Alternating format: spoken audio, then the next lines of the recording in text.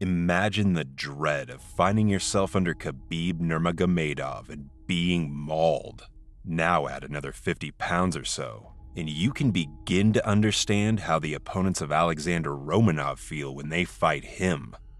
The rising fighter from Moldova is among the new breed of heavyweights in the UFC that are leaner, faster, and more well-rounded than ever before.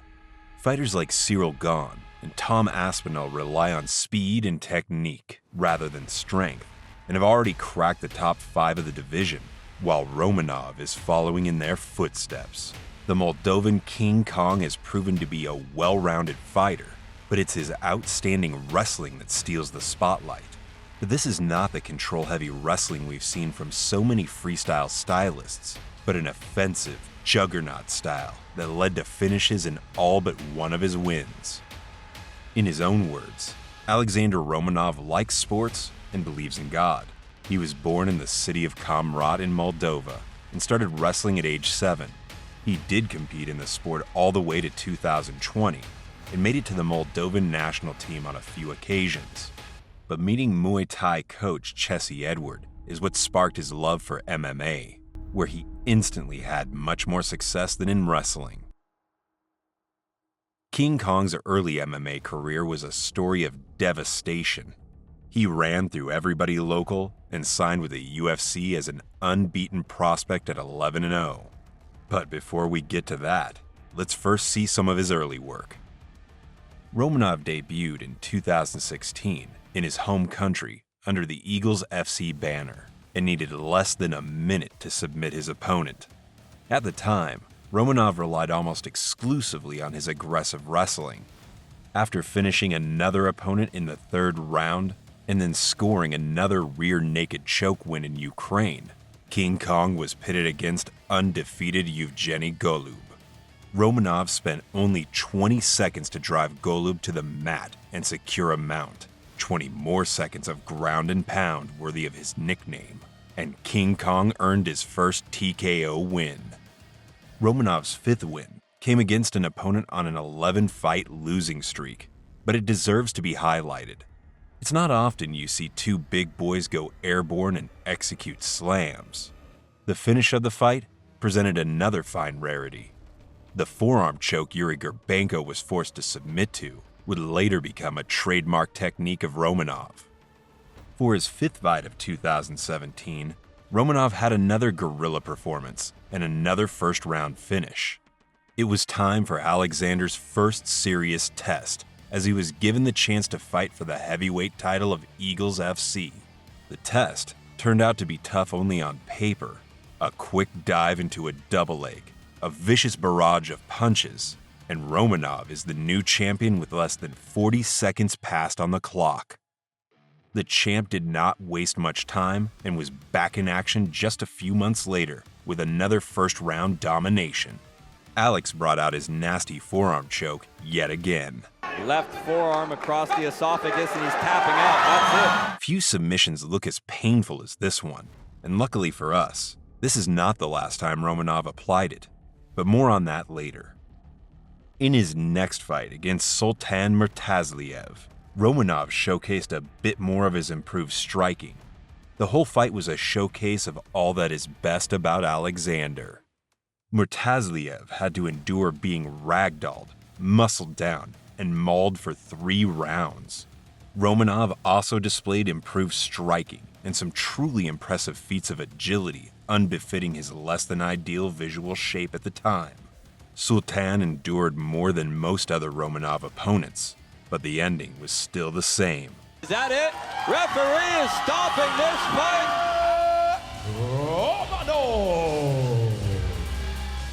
Romanov's last fight before the UFC was no less impressive. Undefeated Brazilian Jiu-Jitsu specialist Sergio Freitas stood no chance against the strength and wrestling prowess of King Kong. Just look at that heavyweight suplex. A thing of beauty. Is that a tap? I saw him tapping. Alexander touched down in the octagon as an unbeaten fighter that ran through everybody, but in the eyes of many, never had any real competition. He quickly dispelled the question marks around him and won his first 5 fights in America rather one-sidedly. The first of those came in September of 2020 against Roque Martinez. The Guatemalan managed to get out of the first round and tried to engage Romanov on the feet, but as the inevitable takedowns happened, it was crystal clear that Romanov's ground game was light years ahead. Martinez had no choice but to tap to the tight arm triangle choke of the Moldovan. He's thinking about it on. There it is. Still undefeated. Alexander returned to action only 2 months later and quickly captured the attention of fans with his signature move. If he hadn't already had a nickname that suits him so well, he could easily be called Mr. Forearm Choke. This time, the victim of the signature move was Marcos Rogério de Lima. The Brazilian persevered and did not tap to the nasty choke, but his only other option was to go to sleep. This was Romanov's 3rd career forearm choke and his first performance of the night in the UFC. Romanov's unbeaten streak extended against fellow grappling expert and TUF 28 winner Juan Espino, but this time, things did not come easy. For the first time, Alexander met his equal in the wrestling department in the cage. The first round saw a lot of back and forth with great moments for both men. The second was again tightly contested. In the third, both men were visibly tired, and an early end to the fight came, but for all the wrong reasons. A knee to the groin left Romanov unable to continue, and with a full 2 rounds in the book, it went to the scorecards. In the end, a rarely seen technical split decision left Romanov undefeated. King Kong was back to his usual self in his next fight, brutally smashing Jared Vanderaa. Vanderaa did well on the feet, but inevitably, the Moldovan did what he does best and was relentless in his wrestling and ground attack. Once the Moldovan mauler secured the mount, the end was clear and only a matter of time. The referee mercifully waved off the fight at 4 minutes 43 seconds in the second round. This could be the beginning of the end here. Oh, big shots do it with style points, Alexander Romanov. Romanov faced Chase Sherman in April of 2022, and his dedication to the sport could be seen instantly.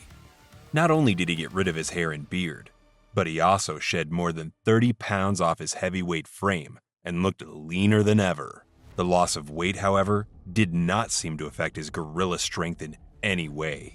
Romanov immediately shot for the takedown, suplexed Sherman, and held him down until the Americana submission presented itself. And still undefeated, Alexander King Kong Romanov.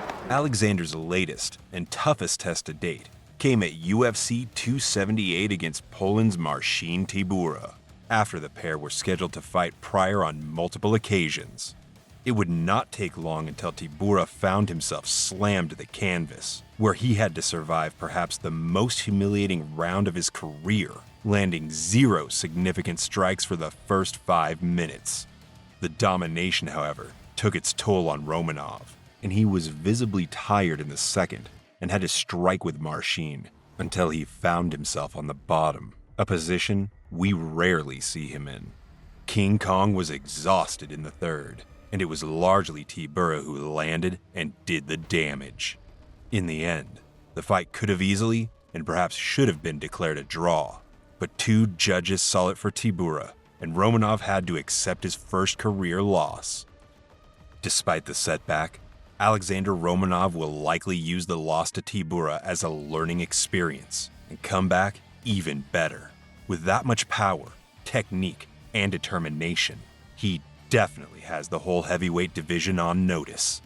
If he gets his cardio to the same level as his other attributes, we may very well someday see the first Moldovan champion in the UFC.